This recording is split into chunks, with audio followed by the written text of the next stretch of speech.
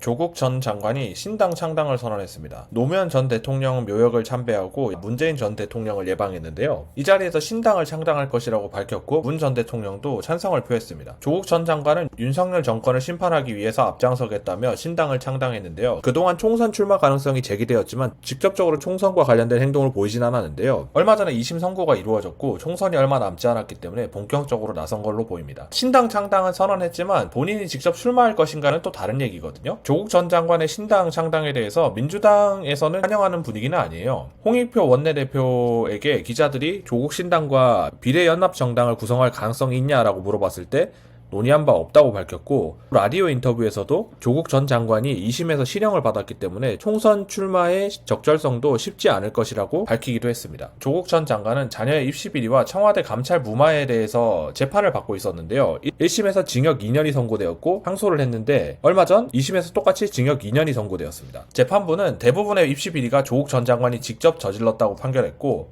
그동안에 밝혀진 입시 비리에 대해서 자신은 몰랐던 일이라면서 징역은 연자제라고 주장한 것에 대해서 재판부는 반성하지 않는다고 판단해 1심 선고를 유지한다고 밝혔거든요. 그렇지만 2심에서도 실형을 받았음에도 불구하고 법정 구속은 면했습니다. 증거인멸의 우려가 없고 방어권을 보장한다는 이유에서인데요. 이 때문에 대법원 판결 전까지는 조국 전 장관이 자유롭게 돌아다닐 수 있고 정치활동도 가능합니다. 혹시 총선에 출마해서 당선되더라도 대법원 판결 시에 실형이 유지된다면 의원직을 상실할 수도 있습니다. 이런 상황이기 때문에 민주당 입장에서는 조국 전 장관과 연대했을 때 중도층 이탈을 우려하지 않을 수가 없거든요. 최근 거대 양당에 대한 지지율이 모두 떨어지는 분위기가 형성되고 있기 때문에 여러 신당들이 만들어지고 있잖아요. 연대에 있어서 신경 쓸 부분이 많겠죠. 조국 관련주의 대장은 화천기계입니다. 오늘 주가도 급등을 했는데요. 화천기계는 미국 버클리 로스쿨 출신의 남광 전 감사가 조국 전 장관과 동문이란 이유로 관련주가 되었거든요. 현재는 남광 전 감사의 임기가 만료되었지만 최승우 기사가 버클리 로스쿨 출신이라서 동문이 남아있습니다. 예전에 조국 전 장관은 SNS를 통해서 화천기계가 자신과 관련이 없다고 밝히기도 했는데요. 하지만 이 정치 테마주라는 게 연결고리만 있으면 될 뿐 실체를 따지지 않기 때문에 여전히 관련 소식으로 가장 크게 반응하는 종목은 화천기계입니다. 물론 실체가 있으면 더 좋긴 하겠죠. 화천기계 외에도 신성홀딩스, 삼보산업, 한성기업, 화천기공, 한창 등등 여러가지 종목들이 있습니다. 하지만